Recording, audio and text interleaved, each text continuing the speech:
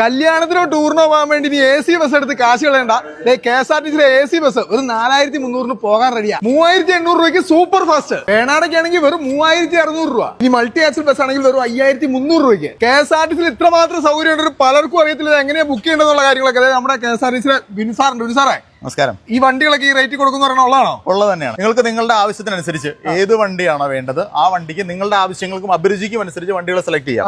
അത് നമ്മുടെ short wheel bus മുതൽ മൾട്ടി ആക്സൽ ബസ് വരെ നമുക്ക് KSRTC കൊടുക്കുന്നുണ്ട്. സാറേ 3800 രൂപയ്ക്ക് നമുക്ക് സൂപ്പർ ഫാസ്റ്റ് റെന്റ് എടുക്കാന്ന് പറഞ്ഞത്. അപ്പൊ എത്ര കിലോമീറ്റർ അതിന്റെ ദൂരപരിധിയും കാര്യങ്ങളും? 40 കിലോമീറ്റർ ആണ് പറയുന്നത്. 4 മണിക്കൂറിനുള്ളിൽ 40 കിലോമീറ്റർ.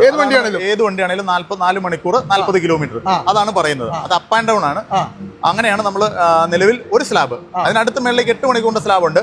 പിന്നെ 12 മണിക്കൂറിന്റെയും 16 മണിക്കൂറിന്റെയും 4 സ്ലാബായിട്ട് ഇതിനെ ഡിവൈഡ് ചെയ്തിട്ടുണ്ട്. അപ്പൊ ഇത് കല്യാണ ആവശ്യത്തിനോ ടൂർ പോകുന്നതിനോ അതുപോലെ തന്നെ ഏതെങ്കിലും അമ്പലത്തിൽ പോകുന്നതിനൊക്കെ ആൾക്കാർക്ക് ഇത് യൂസ് ചെയ്യാം.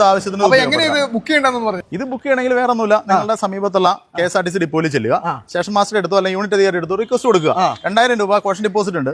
വേണാട് ബസ് മുതൽ മൾട്ടി ആക്സൽ ബസ് വരെ ഏത് ബസ്സാണോ സെലക്ട് ചെയ്യേണ്ടത് അത് നിങ്ങൾക്ക് എടുക്കാം. വിത്ത് ഡ്രൈവർ, വിത്ത് ക്രൂ ആണ്. അപ്പം എല്ലാ സംവിധാനവും ഇതിന് കൂടെ തന്നെ കൊടുത്തിട്ടുണ്ടാവും. KSRTC ആണെന്ന് പറയുമ്പോൾ തന്നെ എല്ലാവർക്കും ഒരു സംശയം ഉണ്ടാവും. പാട്ടൊക്കെ വെച്ച് അടിച്ചു പൊളിച്ച് പോകാൻ പറ്റുമോ? തീർച്ചയായിട്ടും അടിച്ചു പൊളിച്ച് പോകാൻ പറ്റും. നമ്മുടെ ബസ്സിനകത്ത് TV ഉള്ള ബസ്സുകൾ വരെ നമുക്കുണ്ട്.